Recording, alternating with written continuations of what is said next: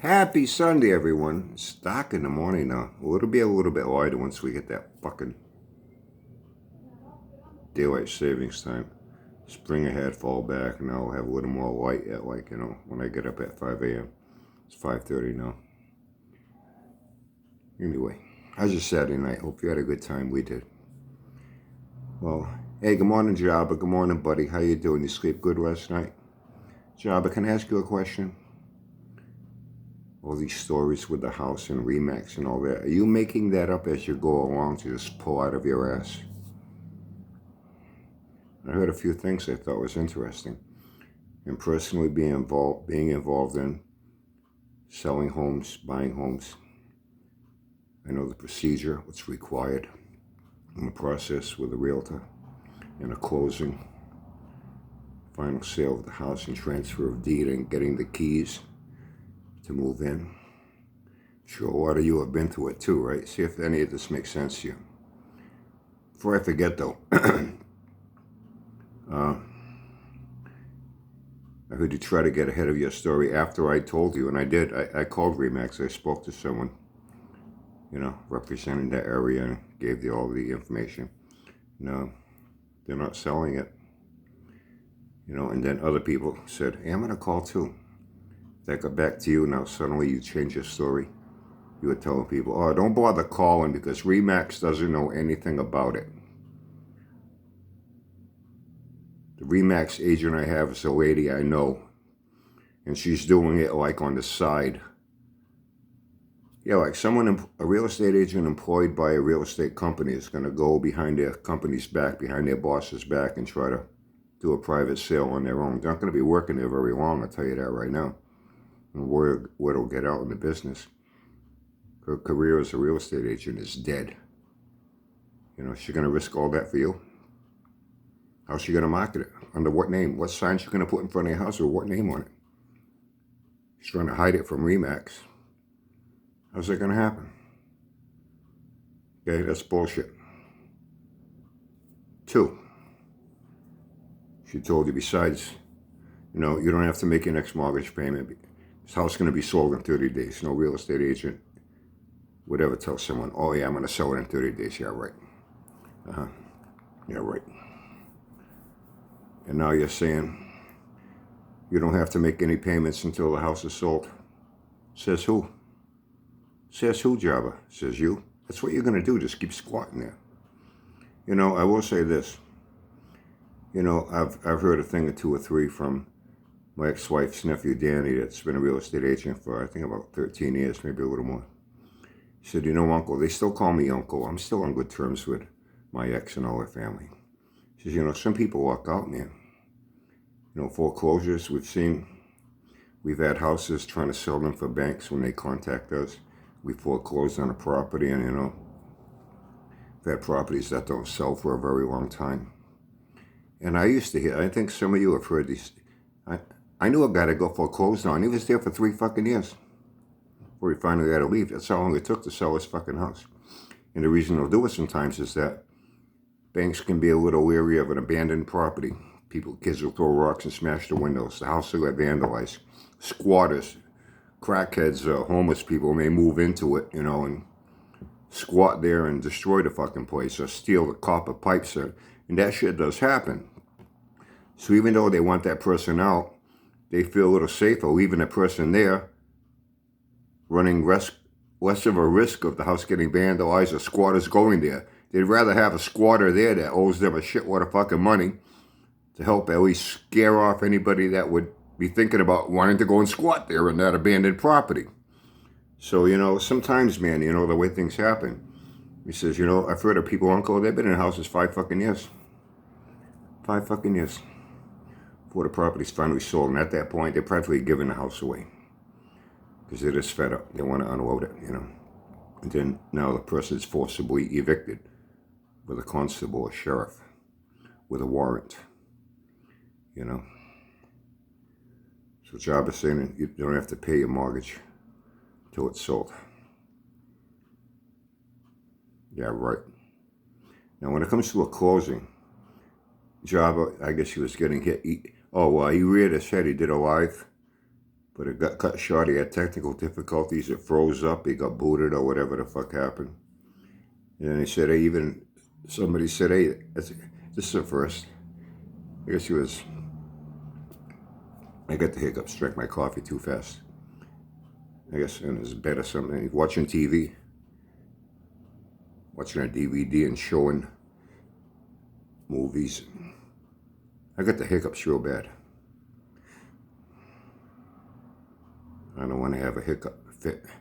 Even still, it's better than what Jabba does. He burps and farts, and goes, you ever see him when he does it? Like he's almost puking in his fucking mouth and swallowing it back down. And he's got somebody said, hey, this is the first. Guy's doing it live, and while he's got his camera looking at his fucking TV while he's watching a movie. Like we want to watch him while he's watching a movie. This is real exciting. Later when he left the chat. Anyway, Job was talking about the closing. Oh yeah, all this is all set because I even have my closing table. Was it? He called it a closing table. I already have my closing date. No, you don't, Jabba. That's impossible. Absolutely impossible to have a closing date. Okay? Impossible. A lot goes into getting to a point where a closing date is set up. First, you need a potential buyer that's put a binder down on it. This is common practice. Has to be done. This is what they say a show of good faith. Doesn't have to be thousands. You can put down 1,000, 2,000. Just something to show that, you're serious. Okay, listen. So this way, if somebody else comes along, you got first crack at it. I'm going to go to my bank, apply for a mortgage, and then, this has to take place. Now they go to apply for a mortgage at a bank. The bank runs their credit. Okay. The bank before the bank will approve this mortgage, they want that house inspected. They send out an inspector. It takes time to get people to show up with appointment schedules when they're able to. They want to check out the construction, the plumbing, everything to make sure that the house is even worth that money. It's not in bad disrepair. They want to make sure the house is worth the money because they're putting up the money for it. That takes time to arrange and schedule an inspector to go there. Then they have to do a title search. Okay, they do a plot land search, make sure that the dimensions of the property, land size is correct with what's stated in the deed. They do a title search, make sure there's no liens on the property. They do a search to make sure there's no back taxes owing on it, to make sure that title, that deed is clean. There are no issues that'll come up, okay? Then once all of that is set, then the bank sends a confirmation to the realtor saying, okay, this person applied for the mortgage. Everything looks good. We approved it. We're sending you the official confirmation information. The money's here. Let us know when the closing will take place. We'll have a representative there. And then we go from there. So then once that information gets back to the realtor, it's back to the seller. Then now the realtor, they contact an attorney. Usually that's handled through the bank. Unless the person doesn't have a mortgage,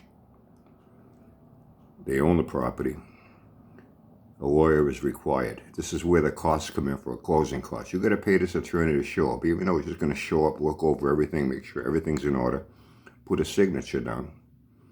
You're going to pay his fee. The realtor gets their commission, and they get part of a closing cost fee. Okay? All the costs of the people doing the title search and the background checks on it and all that, they get paid.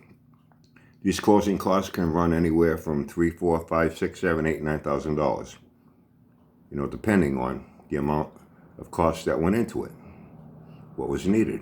And these things have to be done. You know what I mean? And that's when you sit down. That's your closing date, when you all get together. And everybody puts their John Hancock, the buyer, the seller, the real estate agent, the lawyer, the attorney, And then that check from the mortgage company is sent to the seller, whether he owes on the bank, then it goes to the bank. They take what's owed, anything that's left over goes to the seller. If the seller house is paid for, it all goes to the seller, you know. And the person gets the keys right there. You walk out of that real estate office or the bank office, because it doesn't have to be held. It's been held in people's houses, you told me. Just depending on how it's worked out. Once everything is signed, the buyer walks out of there with the keys, goes right to the house. Now it's theirs. Okay? No closing takes place, Java, until you have a potential buyer that's put down a binder, and then all this process has to start. And that process can take anywhere from 10 days to 2 weeks, usually closer to 2 weeks. You know? So what the fuck are you talking about? You already have a closing date. The fuck are you talking about? The house isn't even on the market. The fuck are you talking about? How do you come up with this shit? Don't you know people have bought and sold houses? I have. I'm quite sure a lot of you watching this have. You know exactly what I'm saying. That's what you had to go through. Because that's the way it is, Java.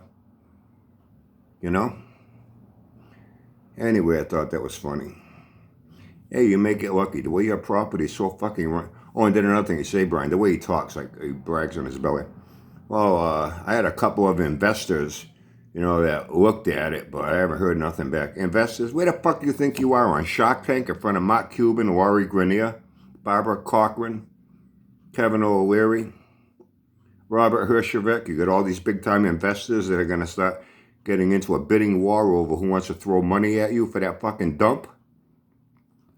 The only thing you got going in your favor is that the longer they can't sell that fucking thing, when it gets to a point where the bank's finally going to, you know, first they'll have their own auction. The bank will hold a public auction on that property first.